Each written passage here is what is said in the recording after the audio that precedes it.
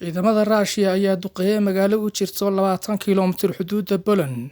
Magaalada Lviv ee xuduudda Poland u jirta 20 kiiloomitir ayaa la duqeeyay xeryo ciidan oo ku yaalay, kuwaas ay Ruushyaanku ku sheegeen in lagu tababarayay ciidamo shisheeye oo ajnabi ah, kuwaasoo la doonayay inay ka dagaalamaan gudaha Ukraine. Ciidamadaasi ayaa toddobaadkan la soo dhaafay digniino isdaba joog ah ay Ruushyaanku wadeen, waxayna u sheegeen ciidamada ajnabiga ee ka soo dagaaltagayo wadamada reer galbeedka iyo wadamada Sofiyeedka hore uga mid ahaan jiray inay cawaaqib xumo badan la kulmayaan, isla markaana kulanyo walba oo loo maleeyo in ay yihiin kuwo saad iyo saanad sida la bartilmaameedsan doono. Madaxweynaha Ruushka ayaa sheegay in dagaalka la sii laba jibaari doono, isla markaana ay Ruushka aysan dib marnaba uga laaban doonin xaqiijinta amnigooda qaran, asagoo kaga digay wadamada reer galbeedka cunaqabataynta iyo faragelinta joogtada ay ku hayaan iyo taakulaynta dhaqaale iyo kan hubka ay siinayaan Ukraine inay kala kulmi doonaan cawaaqibnimo xun, isla markaana Ruushka uusan u dulqaadan doonin arrimo noocaas oo kale ah. Wuxuu sheegay abaabulada dadka ay ka wadaan wadamada reer galbeedka iyo wadamada reer Yurub in ay 100,000 oo ciidamo mutadawiciin ah dalkaasi soo galiyaan si ay uga hor yimaadaan Ruushka. Taasi waa mid aan suurtagal noqon doonin, waxayna kala kulmi doonaan weji gabax. Dhanka kale, duqeymaha isdaba joogga ah ee Ruushyaanku ka wadaan xuduudaha iyo goobaha ciidamada ayaa sii kordhaya maalinba maalinta ka dambeysa, iyadoo magaalooyin waaweyn oo Ruushka ka mid ah sida magaalada Mariupol ay go'doonsan tahay.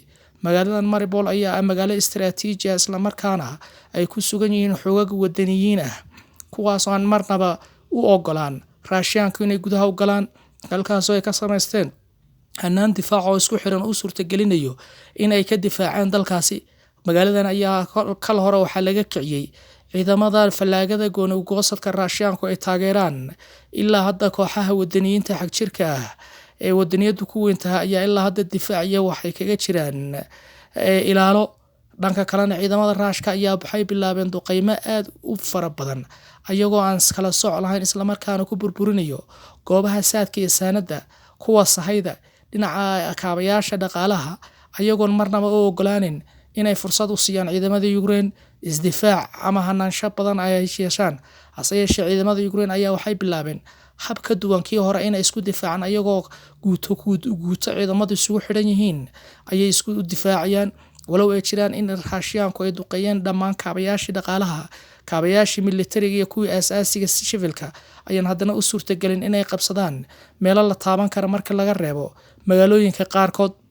Hase yeeshee, waxaa dagaaladu ku siisiqayaan magaalooyinka waaweyn qaybo ka mid ah, iyagoo ciidamada Ukraine ay bilaabeen in ay burburiyaan biriijyada waaweyn ee caasimadda u jira xoogaha ama caasimadda hareeraheeda.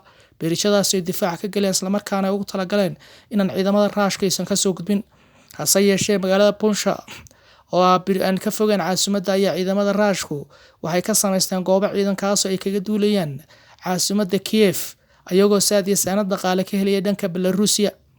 Hase yeeshee, ilaa hadda ciidamada xoogagga wadaniyiinta iyo kuwa mutadawiciinta iyo ciidamada Ukraine ayaa u suurta gashay inay ka hor istaagaan duulaanka xoogga badnaa iyo xawaarihii uu ku socday ciidamada Ruushka.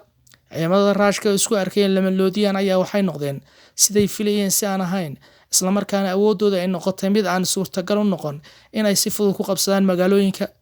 Markaa kadib ayaa ciidamada Ruushka waxay bilaabeen in ciidamo kale xoojinaya saanad iyo sahay kale ay ciidamadooda ku soo xoojiyaan, ayagoo dhanka Belarusia ka soo gelinayaan.